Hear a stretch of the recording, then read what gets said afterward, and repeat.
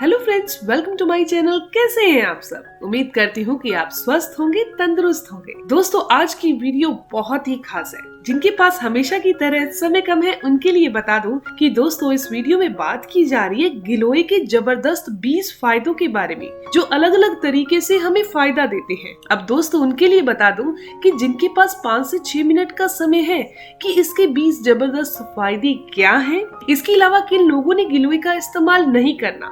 इसके साथ साथ आप ये जानेंगे कि गिलोय का गलत तरीके से इस्तेमाल करने के नुकसान हमें क्या मिलते हैं, क्या इसके बेनिफिट मिलते हैं। तो चलिए इस वीडियो को शुरू करते हैं और जानते हैं इन सभी चीजों के बारे में। दोस्तों, गिलोय का जो काढ़ा होता है आज हम बनाने वाले हैं, इससे आपको बहुत सारे हेल्थ बेनिफिट मिलेंगे। दोस्तों, गिलोय की बेल होती है ना, वैसे तो इसके पत्ते भी इस्तेमाल होते हैं, इसकी जड़ भी इस्तेमाल होती है, लेकिन सबसे ज्यादा इसका इस्तेमाल जो है इसके तने का यानी इसकी बेल का किया जाता है।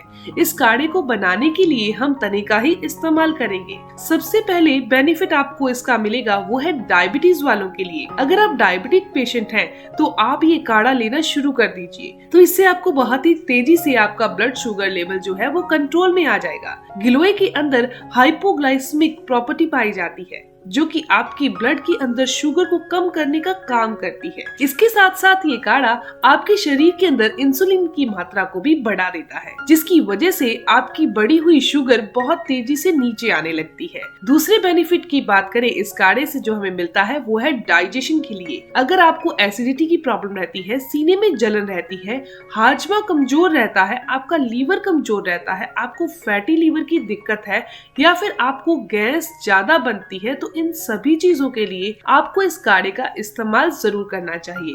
गिलोय आपके डाइजेशन को इम्प्रूव करने का काम करती है। अगर आपको अर्थराइटिस की समस्या है या फिर आपके जोड़ों में दर्द रहता है, गठिया की शिकायत है या फिर गाउट की शिकायत हो चुकी है यानी यूरिक एसिड हो चुका है, तो इसके लिए आप इस काढ़े का इस्तेमाल करना शुरू कर दीजिए। गिलोय के अंदर एंटी अर्थराइटिस प्रॉपर्टी पाई जाती है, एंटी इन्फ्लेमेटरी प्रॉपर्टी पाई जाती है और अनाल्जेसिक प्रॉपर्टी होती है, यानी कि आपके जोड़ों के अंदर सूजन को भी कम करती है, दर्द को भी कम करती है। इसके साथ साथ आपकी बॉडी में जो इन्फेक्शन होता है जिसके कारण जोड़ों में दर्द की शिकायत होती है वो भी कम हो जाती है। डेंगू के अंदर या फिर इस तरह से दूसरे जो फीवर होते हैं उनके अंदर भी इस काढ़े का इस्तेमाल काफी फायदेमंद है। गिलोय की इस काढ़े के अंदर एंटीपायरेटिक प्रॉपर्टी होती है, जिसकी वजह से आपका बुखार कम होने लगता है। डेंगू के अंदर या फिर दूसरे वायरल फीवर के अंदर आपके जोड़ों के अंदर जो दर्द होता है, बॉडी के अंदर थकावट होती है, सिर में दर्द रहता है,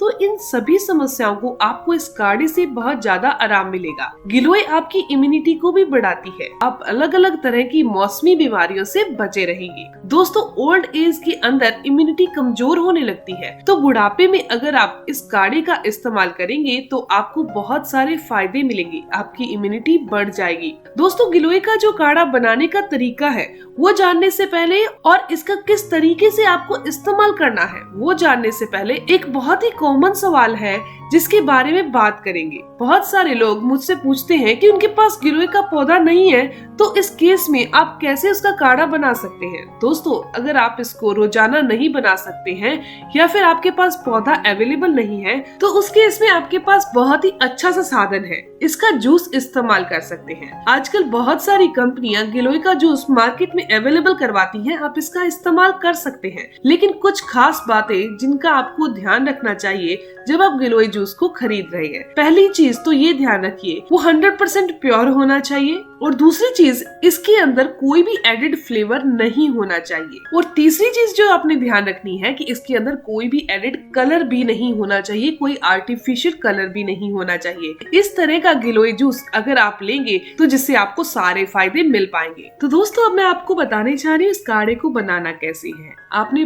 5 से 6 इंच का ये तने का टुकड़ा ले लेना है और इसे किसी भी भारी चीज से कूट लीजिए। जब ये आप कूटेंगे तो एक लेस सी बन जाएगी इस तने के अंदर, तो इसको आपने कूट कर इसके साथ हमने लेनी है दोस्तों 2 काली मिर्च, साबुत काली मिर्च ले लीजिए और इसे भी किसी चीज से कूट कर दरदरा सा कर लीजिए। इसके बाद हमने लेना है दोस्तों 1 गिलास पानी, और इसे उबलने के लिए रख देना है। जब पानी उबलने लग जाए, पहला उबाला आ जाए, तब आप इसके अंदर कुचला हुआ जो गिलोय के टुकड़ा है वो और क्रश किया हुआ जो यानी कि दरदरा किया हुआ काली मिर्च है वो आप इसके अंदर डाल दीजिए। पानी जब आधा रह जाए तब आप गैस को बंद कर दीजिए। दोस्तों इस पानी को ऐसे ही छोड़ देना है कम से कम 5 से 6 मिनट के लिए। 5 से 6 मिनट के बाद ये नॉर्मल टेम्परेचर पर हो जाएगा, यानी कि आपने इसे गरम गरम नहीं पीना। जो काढ़ा तैयार हो रहा है इसको आपने नॉर्मल टेम्परेचर वाला होने के बाद ही पीना है, लेकिन इसे आपने फ्रिज में रखकर भी ठंडा नहीं करना, ऐसे ही रखकर ठंडा करिए। उसके बाद आप जब इसे ले चुके हैं तो कम से कम आधे घंटे तक आपने किसी भी चीज को खाना नहीं है।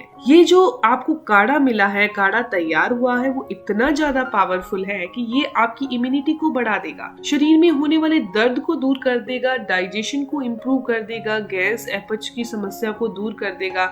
आपको बुखार है, शुगर की समस्या है तो इनमें फायदा करेगा। करीबन आपने 20 से 21 दिन तक लगातार इसका इस्तेमाल करना है। उसके बाद आप चाहे तो कुछ दिन का गैप करके दोबारा इसे स्टार्ट कर सकते हैं। दोस्तों अब बात करते हैं किन लोगों ने गिलोय का इस्तेमाल नहीं करना, इसके साइड इफेक्ट क्या क्या होते हैं। वैसे तो आयुर्वेद में गिलोय को पूरी तरह से सेफ बताया गया है। इसे अमृता भी कहा जाता है, यानी कि अमृत तुल्य है। कुछ स्टडी में ये बताया गया है कि अगर आप गिलोय को ज्यादा लंबे समय तक इस्तेमाल करते हैं या फिर इसको ओवरडोज में इस्तेमाल करते हैं तो इससे आपके लीवर को डैमेज होने का खतरा होता है। तो आपने इसका इस्तेमाल लिमिटेड करना है और ज्यादा लंबे टाइम तक नहीं करना। अगर आप प्रेग्नेंट वुमेन है तो आपने गिलोय का इस्तेमाल नहीं करना। अगर आपका ब्लड प्रेशर कम रहता है, हाई वालों ने इसका इस्तेमाल करना है, लेकिन अगर किसी का ब्लड प्रेशर लो रहता है तो उन लोगों ने इसका इस्तेमाल नहीं करना, क्योंकि गिलोय आपके ब्लड प्रेशर को कम करने का ही काम करती है।